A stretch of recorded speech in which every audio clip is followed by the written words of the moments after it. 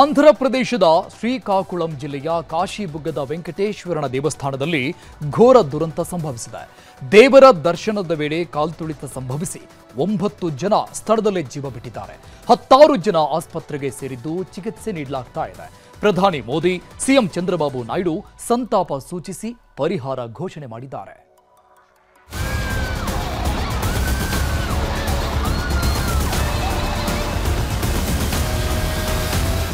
ಅಮ್ಮ ಅಮ್ಮ ಅಂತ ಕ್ಯೂನಲ್ಲಿ ನಿಂತಿದ್ದವರು ಕಿರಿಚಾಡ್ತಿದ್ರು. ಯಾರಿಗೆ ಯಾರು ಸಹಾಯ ಮಾಡೋ ಪರಿಸ್ಥಿತಿ ಇರಲಿಲ್ಲ.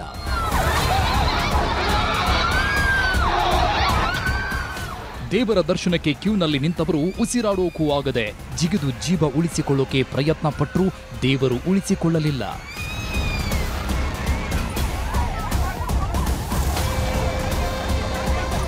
ಬರೀ 10 ನಿಮಿಷದಲ್ಲಿ ಪುಣ್ಯಕ್ಷೇತ್ರದ ಮುಂದೆ ಸಾವಿನ ಸೂತಕ ಆವರಿಸಿಕೊಂಡು ಬಿಡ್ತು.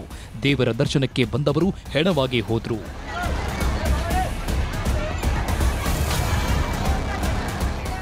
ಕಾಲ್ತುಳಿತಕ್ಕೆ ಸಿಲುಕಿ ಉಸಿರು ನಿಲ್ಲಿಸಿರುವ ಮಹಿಳೆಯರಿಗೆ ಸ್ಥಳದಲ್ಲೇ ಮತ್ತೆ ಉಸಿರು ನೀಡುವ ಪ್ರಯತ್ನವೂ ಫಲಿಸಲಿಲ್ಲ. ಆಂಬ್ಯುಲೆನ್ಸ್ನಲ್ಲಿ ಮಲಗಿಸಿ ಆಕ್ಸಿಜನ್ ಕೊಟ್ಟು ವೈದ್ಯರು ಎಷ್ಟೇ ಪ್ರಯತ್ನ ಪಟ್ಟರೂ ಉಳಿಸೋಕೆ ಆಗಲಿಲ್ಲ.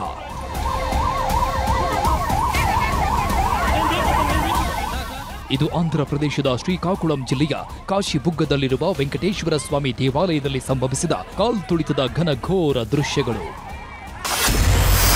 ಕಾಲ್ತುಳಿತ ಆಗಿದ್ಯಾಕೆ? ಕಾರಣ ಏನು?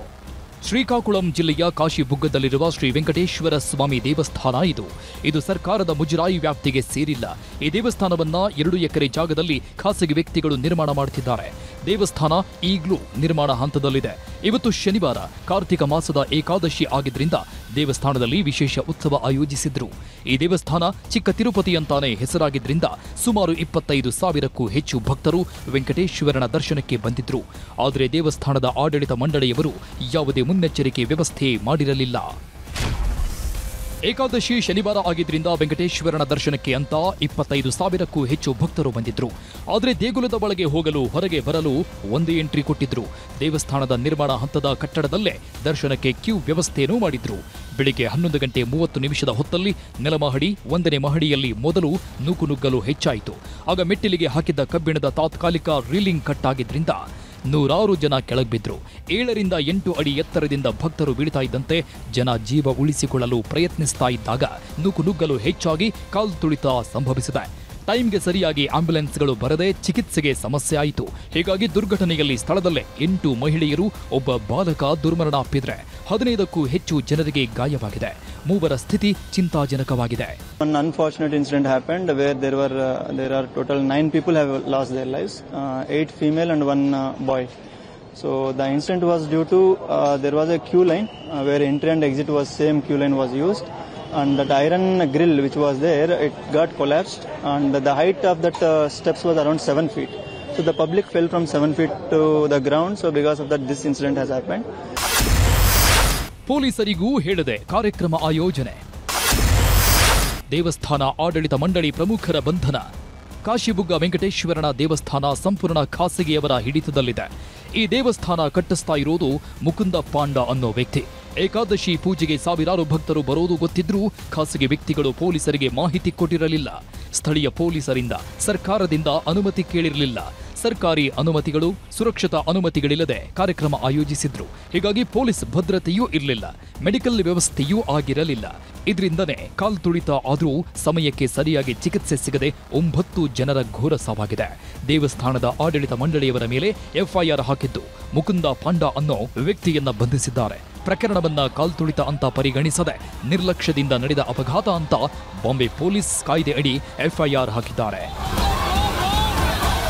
It's a private temple where a private person has constructed in his private land, and he hasn't taken any permissions also, and he hasn't informed about today's program to the local police also. Morning, once we got the information, we have sent the force, but it was too late by then because there was no prior information from the the temple person who was organizing this program. ಶ್ರೀಕಾಕುಳಂನ ಕಾಶಿಬುಗ್ಗದಲ್ಲಿ 9 ಜನರ ಸಾವಿನ ಪ್ರಕರಣವನ್ನ Andhra CM Chandrababu Naidu ಗಂಭೀರವಾಗಿ ಪರಿಗಣಿಸಿದ್ದಾರೆ. 9 ಜನರ ಸಾವಿಗೆ ಕಾರಣ ಆದವರನ್ನ ಸುಮ್ಮನೆ ಬಿಡಲ್ಲ ಅಂತ ಹೇಳಿದ್ದು ಗಾಯಾಳುಗಳಿಗೆ ಎಲ್ಲ ವ್ಯವಸ್ಥೆ ಮಾಡಲು ಆದೇಶ ಮಾಡಿದ್ದಾರೆ. ಈ ದುರಂತ ಘಟನೆಯಲ್ಲಿ ಭಕ್ತರ ಸಾವು ಅತ್ಯಂತ ಹೃದಯ ವಿದ್ರಾವಕವಾಗಿದೆ. ಮೃತರ ಕುಟುಂಬಗಳಿಗೆ ನನ್ನ ಆಳವಾದ ಸಂತಾಪವನ್ನ ವ್ಯಕ್ತಪಡಿಸುತ್ತೇನೆ ಅಂತಾರೂ ಎಕ್ಸ್ ಖಾತೆಯಲ್ಲಿ ಪೋಸ್ಟ್ ಹಾಕಿದ್ದಾರೆ. ಸಂತಾಪ ಸೂಚಿಸಿ ಪರಿಹಾರ ಘೋಷಿಸಿದ ಪ್ರಧಾನಿ.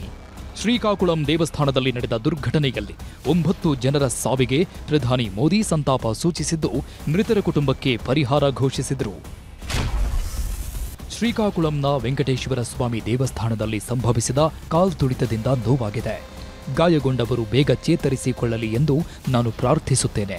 ಪ್ರಧಾನಮಂತ್ರಿಗಳ ರಾಷ್ಟ್ರೀಯ ಪರಿಹಾರ ನಿಧಿಯಿಂದ ಮೃತರ ಕುಟುಂಬಗಳಿಗೆ ತಲಾ 2 ಲಕ್ಷ ಪರಿಹಾರ ನೀಡಲಾಗುವುದು. ಗಾಯಾಳುಗಳಿಗೆ 50,000 ನೀಡಲಾಗುವುದು ಅಂತ ಮೋದಿ ಪೋಸ್ಟ್ ಹಾಕಿದ್ದಾರೆ. ದುರಂತದಲ್ಲಿ 9 ಜನರ ಸಾವಿನ ಬಳಿಕ ದೇವಸ್ಥಾನವನ್ನ ಸಂಪೂರ್ಣವಾಗಿ ಬಂದ್ ಮಾಡಲಾಗಿದೆ. ಕಾಲ್ತುಳಿತ ಹೆಚ್ಚಾಗಿ ಸಾವು ನೋವು ಜಾಸ್ತಿ ಆಗ್ತಾ ಇದ್ದಂತೆ ಸಾವಿರಾರು ಭಕ್ತರನ್ನ ವಾಪಸ್ ಕಳಿಸಿದ್ರು. ಜನವರಿಯ ಆರಂಭದಲ್ಲಿ ತಿರುಪತಿಯ ಬೈರಾಗಿ ಪಟ್ಟೇಡದಲ್ಲಿ ಸಂಭವಿಸಿದ ಕಾಲ್ತುಳಿತದಲ್ಲಿ 6 ಭಕ್ತರು ಸಾವನ್ನಪ್ಪಿದ್ದರು ಮತ್ತು ಸುಮಾರು 40 ಜನರು ಗಾಯಗೊಂಡರು. ವಿಶಾಖಪಟ್ಟಣಂ ಜಿಲ್ಲೆಯ ಸಿಂಹಾಚಲಂನಲ್ಲಿರುವ ಶ್ರೀ ವರಾಹ ಲಕ್ಷ್ಮೀ ನರಸಿಂಹಸ್ವಾಮಿ ದೇವಸ್ಥಾನದಲ್ಲಿ ಮಳೆಯಿಂದ ನೆನೆದ ಗೋಡೆ ಕುಸಿದು 7 ಜನರು ಸಾವನ್ನಪ್ಪಿದ್ರು.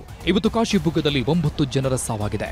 ಅಂದಹಾಗೆ ಆಂಧ್ರಪ್ರದೇಶದಲ್ಲಿ ಈ ವರ್ಷದಲ್ಲಿ ನಡೆದ 3ನೇ ಕಾಲ್ತುಳಿತ ಪ್ರಕರಣ ಇದಾಗಿದ್ದು, ಇಲ್ಲಿವರೆಗೂ 22 ಜನ ಮೃತಪಟ್ಟಿದ್ದರೆ 100ಕ್ಕೂ ಹೆಚ್ಚು ಜನರಿಗೆ ಗಾಯವಾಗಿದೆ.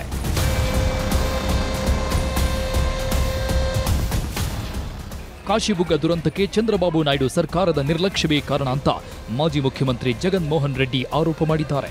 ಇನ್ನೊಂದು ಕಡೆ ದೇವಸ್ಥಾನವನ್ನ ಸರ್ಕಾರ ಸುಪರ್ದಿಗೆ ತಗೋಬೇಕು ಅನ್ನೋ ಕೂಗು ಶುರುವಾಗಿದೆ. ರಾಜಕೀಯ ಆರೋಪ ಪ್ರತ್ಯಾರೋಪಗಳು ಏನಾದರೂ ಇರಲಿ, ಮತ್ತೆ ಇಂಥ ಘಟನೆ ಮರುಕಳಿಸದಂತೆ ಸರ್ಕಾರ ಎಚ್ಚರ ವಹಿಸಬೇಕಿದೆ. Bureau report, news 18.